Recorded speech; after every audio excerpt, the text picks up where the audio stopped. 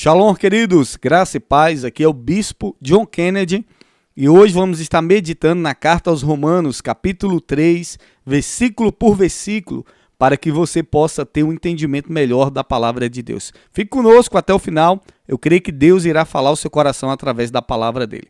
Romanos, capítulo 3, verso 1 vai dizer: E qual é a vantagem de ser judeu? Será que ser circuncidado tem algum valor? Paulo aqui vai iniciar o capítulo 3, no verso 1, levantando uma questão. Será que tem alguma vantagem em ser judeu?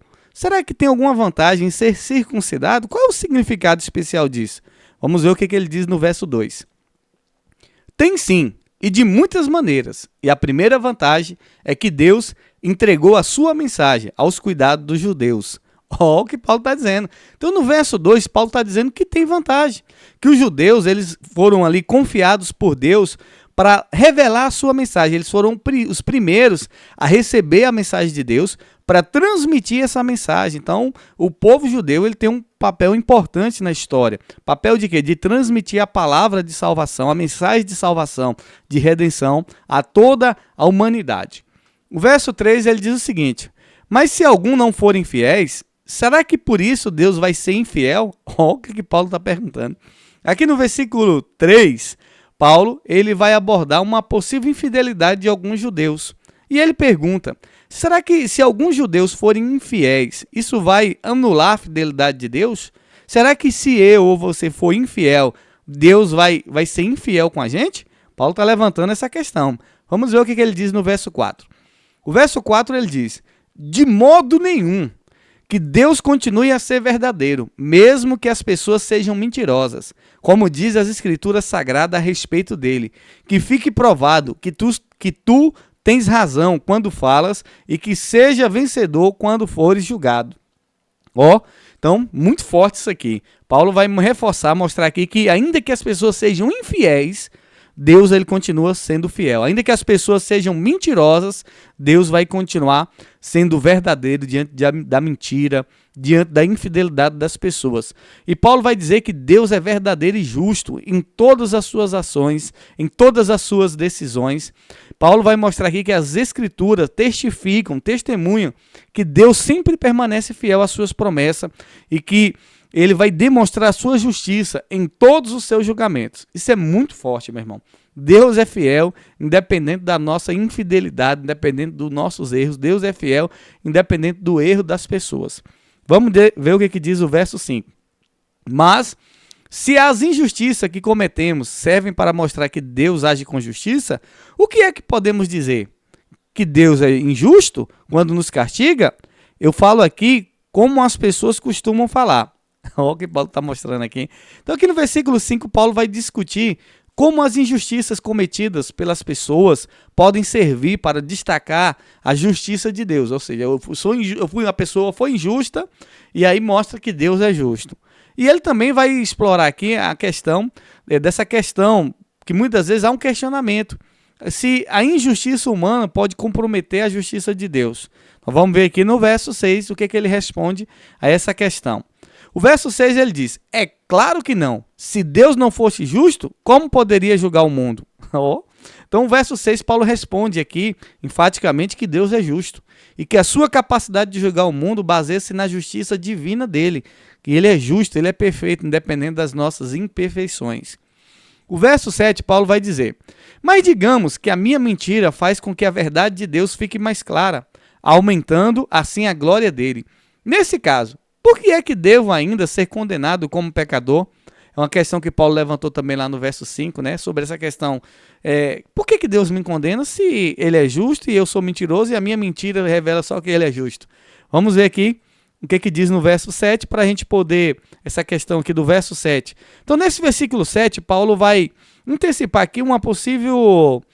muitas vezes há um questionamento hipotético de muitas pessoas, de dizer assim, a mentira humana mostra que Deus é verdadeiro, que Deus é a verdade, por isso que é bom mentir, porque a minha mentira só vai mostrar que Deus é verdadeiro.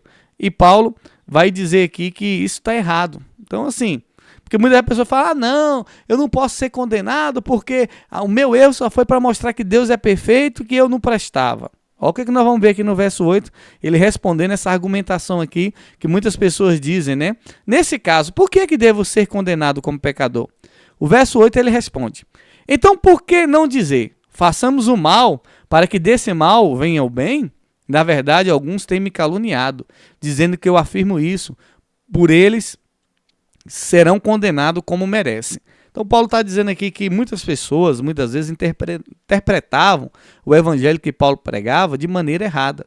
E eles diziam assim, não, vamos fazer o mal para receber o bem. É o que Paulo está pregando. Tem que fazer o mal, porque Deus é bom e o bem vai vir quando a gente faz o mal. Paulo está dizendo, essas pessoas estão me caluniando. Então Paulo aqui vai dizer que o mal, fazer o mal, não vai resultar num bem maior. Essa linha de raciocínio aí é condenada por Paulo. E muitas pessoas falam, não, faz errado, Deus vai te perdoar. Porque se você não fizer o errado, como é que Deus vai te perdoar? Então essa linha de raciocínio está totalmente errada. Vamos ver o que diz o verso 9. Então será que nós, os judeus, estamos em melhor situação do que os não-judeus? De modo nenhum. Já mostrei que todos, judeus e não-judeus, estão debaixo do poder do pecado. Aqui no versículo 9, Paulo vai argumentar que judeus e não-judeus, todas as pessoas estão sujeitas ao pecado. E todos nós precisamos da necessidade de um Salvador, de um libertador, que é Cristo Jesus. O verso 10 ele diz, como diz as Escrituras Sagradas, não há uma pessoa que faça o que é certo. Aqui no verso 10, Paulo vai usar a palavra de Deus, as Escrituras, que dizem que não há um justo sequer, que não há uma pessoa que faça o que é certo. Então ele mostra a universalidade do pecado. O pecado ele é universal. Então assim, todas as pessoas são incapazes por si mesmas de mostrarem justiça própria. O verso 11 ele diz, não há ninguém que tenha juízo, não há ninguém que adore a Deus. Então, o verso 11, Paulo vai continuar essa citação, essa palavra, as Escrituras Sagradas mostram isso, ressaltando que ninguém, por sua própria iniciativa, busca a Deus. Não tem ninguém, meu irmão. Que ninguém, por sua própria iniciativa, quer adorar a Deus como de fato deve, não. Por isso que nós dependemos do amor de Deus, dependemos da graça de Deus. Primeiro foi Deus que veio atrás da gente. Foi Deus que veio nos salvar. Então, a Bíblia diz, ele nos amou primeiro. Então, é ele que nos ama primeiro, é ele que desperta em nós esse desejo de conhecer a ele. O verso 12, ele diz, todos se desviaram do caminho certo, todos se perderam, não há mais ninguém que faça o bem, não há ninguém mesmo. Aqui no versículo 12, Paulo vai continuar, né? E também concluir essa questão da humanidade, que a humanidade se afastou do caminho de retidão e está vivendo em pecado. Então, o pecado é universal. Todas as pessoas se perderam, todas as pessoas estavam perdidas, não tinha ninguém que fazia o bem. Todos nós precisávamos de um Salvador, todos nós precisávamos de redenção. Então o verso 13, Paulo vai dizer o seguinte, todos mentem e enganam sem parar. Da língua deles saem mentiras perversas e dos seus lábios saem palavras de morte, como se fosse veneno de cobra. Meu Deus, é forte, hein? Paulo vai continuar aqui a descrever a depravação humana, mencionando aí que as pessoas têm as bocas, todas as pessoas, né, têm a boca cheia de terríveis maldições. Ele vai dizer que da língua sai mentira, as palavras são de morte. Então, só sai coisa ruim da boca do ser humano. O verso 14 ele diz, a boca deles está cheia de terríveis maldições.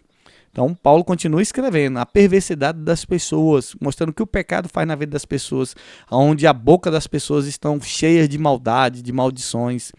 O verso 15 ele diz, eles se apressam para matar. Isso é uma realidade. Então Paulo vai descrever que a natureza pecaminosa da raça humana, então as pessoas estão dispostas a cometer violências, injustiça rapidamente. Então sem hesitação, sem pensar, as pessoas estão numa inclinação tão grande de depravação que elas se apressam para fazer o mal. Essa é a realidade. Verso 16, ele diz, por onde passam deixam a destruição e desgraça. É o que nós vemos no nosso mundo, né? Então ele descreve as ações perversas aqui das pessoas, da humanidade, destacando que por onde elas passam, por onde as pessoas passam, deixa o quê? Destruição, desgraça. O impacto é negativo. Por causa de quê? Do pecado. E é por onde passa, é no meio da sociedade, é em todo lugar. É isso que o pecado faz, traz uma destruição total. Não conhecem o caminho da paz. Então, o verso 17, Paulo vai apontar que a falta do conhecimento de Deus mostra que essas pessoas vivam ali atribuladas e elas não conhecem o caminho da paz. Então, nós vemos aí o que o pecado faz na vida das pessoas. O verso 18, ele diz: e não aprendem a temer a Deus. Então, o verso 18, Paulo vai destacar a falta do temor a Deus, daqueles que praticam mal. Então, há mostrando aí o que? Nós vemos nos carnavais, as pessoas têm ausência de reverência a Deus, não tem reverência, não tem respeito consagrado. Verso 19, ele diz: nós sabemos que tudo que a lei diz é dito para os que vivem debaixo da lei. Isso a fim de que todos parem de se justificar e a fim de que todas as pessoas do mundo fiquem debaixo do julgamento de Deus. Aqui no versículo 19, Paulo vai reconhecer o propósito da lei. Qual é o propósito da lei? É revelar que todo ser humano é pecador e que todos nós estamos debaixo do julgamento de Deus, mostrando que ninguém pode ser justificado pela obediência da lei, que todos são pecadores. E pela obediência da lei não tem como ser justificado. Verso 20 ele diz: pois ninguém é aceito por Deus por fazer o que a lei manda, porque a lei faz com que as pessoas saibam que são pecadoras. É o que Paulo está mostrando. Então aqui no versículo 20 ele vai enfatizar que essa obediência à lei não é o suficiente para ser aceito por Deus. Então eu obedeço à lei, Deus me aceita, amém, glória a Deus. Não é só isso não, meu irmão. A Bíblia está dizendo, Paulo está dizendo que ninguém vai ser aceito por obedecer à lei não, porque a lei só revela o pecado e a necessidade do homem de um Salvador. O verso 21 ele diz: mas agora Deus já mostrou que o meio pelo qual ele aceita as pessoas não tem nada a ver com a lei. A lei de Moisés e os profetas dão testemunho do seguinte. Vamos ler o verso. Vamos explicar aqui o verso 21 para a gente entrar no verso 22. Então Paulo aqui vai mostrar que essa justificação diante de Deus, essa aceitação diante de Deus não depende mais da lei. E ele vai mostrar que é mediante a fé em Cristo Jesus. Porque os próprios profetas, ele vai dizer, os profetas, Moisés, os profetas, a lei testemunha sobre Cristo. Nós vamos ver isso aqui no verso 22. Deus, olha o que Paulo está dizendo. Deus aceita as pessoas por meio da fé que elas têm em Jesus Cristo. É assim que ele tratará todos os que creem, pois não existe nenhuma diferença entre pessoas. Tá vendo o que Paulo está dizendo aqui no verso 23? Então Paulo está dizendo, ou no verso 22, que é a fé em Cristo pelo qual as pessoas são aceitas por Deus. Independente de sua origem, independente da sua raça, da sua condição, todo ser humano só é aceito por Deus mediante a fé em Cristo. Eu sou bom, eu nunca matei, eu nunca fiz nada, guarda a lei. Mas não é isso que vai te salvar, não é isso que vai fazer você ser aceito por Deus. É a fé em Cristo que faz com que nós sejamos aceitos por Deus.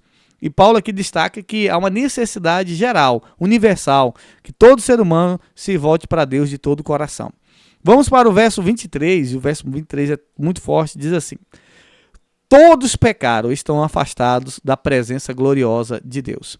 Então o verso 23, Paulo vai dizer, mostrando aqui, o pecado ele é universal. Todas as pessoas erraram, todas as pessoas pecaram e estão afastadas de Deus. Então não tem ninguém, não tem, não tem, é todo mundo pecou, todo mundo, foi Adão, é todos pecaram, todos estão afastados da glória de Deus. Aí vem o verso 24, mas pela graça e sem exigir nada, é forte, viu? Deus aceita todos por meio de Cristo que o salva. Meu Deus, que versículo poderoso. Então aqui no versículo 24, Paulo vai mostrar a iniciativa de Deus na salvação da humanidade, onde Deus salva todos gratuitamente pela graça, através da obra redentora de Cristo Jesus ali na cruz do Calvário. Então é de graça, meu irmão, ele não exige nada, ele só quer que você receba Jesus, só quer que você entregue sua vida para Jesus, só quer que você se volte para Jesus. Deus não exige nada, Deus não quer seu dinheiro, Deus não quer sua casa, Deus não quer nada. Não exige nada de você. Ele iniciou esse projeto de salvação por Cristo Jesus e só depende de você agora entregar sua vida a Jesus, que é Jesus Cristo que nos salva. O verso 25 e 26 ele diz o seguinte: Deus ofereceu Cristo como sacrifício para que, pela sua morte na cruz, Cristo se tornasse um meio de as pessoas receberem o perdão dos seus pecados. Pela fé nele, Deus quis mostrar com isso que ele é justo. No passado, ele foi paciente e não castigou as pessoas por causa dos seus pecados. Mas agora, pelo sacrifício de Cristo, Deus mostra que é justo. Assim, ele é justo e aceita todos os que creem em Jesus. É muito forte esse versículo. Então aqui, o verso 25, Paulo vai mostrar o propósito do sacrifício de Jesus na cruz. Ele explica que Deus enviou Jesus para ser o sacrifício pelos pecados da humanidade e que pela morte de Cristo, ali a morte sacrificial de Cristo Jesus, as pessoas têm a oportunidade de receber o perdão de Deus dos seus pecados. E a fé em Cristo Jesus, a fé em Jesus Cristo é o meio pelo qual as pessoas podem receber o perdão de Deus e serem reconciliadas com Deus. E no verso 26 ele vai mostrar que o sacrifício de Cristo é a demonstração da justiça de Deus. Ele mostra que apesar da paciência de Deus no passado e não punir ali imediatamente os pecadores, ele agora demonstra a sua justiça ao enviar o seu Filho. Enviou Jesus Cristo para pagar o preço pelos pecados da raça humana. E agora a aceitação de Deus daqueles que creem em Jesus. Então é um testemunho da justiça de Deus, dessa oferta de perdão e reconciliação que Deus nos proporciona através de Cristo Jesus. Forte, né? Poderoso. Medita nessa palavra aí, muito forte. O verso 27, ele diz assim: será que temos motivo para ficarmos orgulhosos? De modo nenhum. E por que não? Será que é porque obedecemos a lei? Não, não é. É porque cremos em Cristo. Aqui no versículo 27, Paulo vai questionar se há algum motivo para a gente se orgulhar na presença de Deus. Paulo vai enfatizar aqui, mostrar que a base que nós somos aceitos por Deus não é por nós guardarmos a lei, por obedecermos o mandamento, mas é pela fé em Cristo. A verdadeira fonte de confiança que a gente tem que se orgulhar para os cristãos está em Jesus Cristo. Não é na nossa própria justiça, não é no nosso próprio mérito, é por causa de Cristo. Não tem nada a ver com nós. É porque Deus é bom e enviou o seu Filho e nós recebemos o seu Filho e é por meio do Filho de Deus, Jesus Cristo, que nós somos aceitos. Então não tem que se orgulhar porque você é uma pessoa boa, porque você faz o bem. Não, não, não, não, não, não. É por meio de Cristo que nós somos salvos. Verso 28 ele diz: assim percebemos que a pessoa é aceita por Deus, pela fé, e não por fazer o que a lei manda. Então aqui no versículo 28, Paulo vai reforçar que esse princípio da aceitação de Deus não está vinculado à obediência da lei, mas sim à fé em Cristo. É por meio da fé que as pessoas são aceitas por Deus. Não é por guardar uma lei, não é por serem boazinhas, isso, aquilo, outro, não. Tem que ser bom, mas não é por causa disso, é por causa da fé. Verso 29 ele diz: ou será que Deus é somente Deus dos judeus? Será que não é também Deus dos não-judeus? Claro que é. Que forte, hein? Então, nesse versículo, Paulo vai refutar aqui qualquer noção de exclusividade. Aquela exclusividade religiosa. Deus é só o Deus dos judeus. Não, Paulo está dizendo, Deus é Deus de todos. Então, esse negócio, Deus é só Deus dessa religião, não. Deus é Deus de todas as pessoas que reconhecem Jesus como Salvador, que reconhecem a sua palavra, que reconhecem a obra redentora dele através de Cristo Jesus. Então, Deus não é Deus de uma nação, de um povo. Deus é um Deus de todos, dos judeus e dos não-judeus. O verso 30 diz assim: Deus é um só e aceitará os judeus na base de sua fé e também aceitará os não-judeus por meio da fé que eles têm. Aqui no versículo 30, Paulo vai continuar mostrando a igualdade de Deus para com todos. Deus é um só, então é só um Deus, meu irmão, é só um Deus. E ele está dizendo que ele vai aceitar tanto os judeus quanto os não-judeus com base na fé. Na fé em quem? Em Cristo Jesus. E ele mostra que a fé é o critério pelo qual Deus vai justificar essas pessoas. Não é pela religião, não é pelo povo, não é pela etnia, não. É pela fé. Amém? Vamos finalizar agora no verso 31, ele diz: será que isso quer dizer que, por causa da fé, nós tratamos a lei como se ela não valesse nada? Isso é muito forte. Não, de modo nenhum. Pelo contrário, afirmamos que a lei tem valor. Olha o que Paulo está dizendo. Será que isso quer dizer que, por causa da fé, nós tratamos a lei como se ela não valesse nada? Ele responde: não, de modo nenhum. Pelo contrário, afirmamos que a lei tem valor. Então aqui no versículo 31, Paulo vai responder uma possível pergunta, um possível questionamento, explicando, né? Que muitas vezes a pessoa pode dizer, então a fé vai fazer com que a lei não tenha valor, que a lei seja irrelevante. E Paulo vai dizer que a fé ela não anula a lei, mas ela confirma a lei, mostrando que a verdadeira obediência da lei vem da fé em Cristo. É pela fé em Cristo que eu consigo obedecer à lei. Então a fé ela não elimina a lei, mas a fé faz com que a gente cumpra tudo isso, faz com que a gente se torne verdadeiros cristãos, obedeça a palavra de Deus, mediante o quê? A fé em Cristo, que é por meio de Cristo. Amém? Então Paulo conclui que a fé não anula a lei, mas sim que ela mostra que a lei é importante e faz com que a gente venha cumprir, mas só consegue cumprir mediante a fé em Cristo Jesus. Amém, queridos? Que Deus abençoe a sua vida. Que palavra maravilhosa, né? Meu Deus, glória a Deus. Deus tem nos edificado muito através da palavra dele. Aqui é o Bispo John Kennedy. Se segue lá no meu canal. Me segue, né? E se inscreve lá. Seja inscrito do meu canal. Bispo John Kennedy. Tem muitas mensagens lá, tá bom? Se inscreve lá, Bispo John Kennedy. Ativa o sininho lá de notificações para você receber toda vez que eu postar um vídeo. Você já receber lá a mensagem de notificação que a gente postou material lá. Compartilhe esse material com mais pessoas, compartilhe os nossos links, para que outras pessoas sejam abençoadas, querido. Nós estamos compartilhando a palavra de Deus de maneira explicada, bem detalhada, para que as pessoas possam entender a palavra de Deus. Então, compartilhem, outras pessoas precisam ouvir essa pregação, outras pessoas precisam ouvir essa palavra, tá bom? Essa mensagem da palavra de Deus explicada. Compartilhe com outras pessoas. Que Deus abençoe a sua vida, eu declaro paz e prosperidade, e eu espero que Deus nos dê a oportunidade de compartilhar o próximo capítulo, tá bom? Que Deus abençoe, sucesso, 1 milhão de bênção.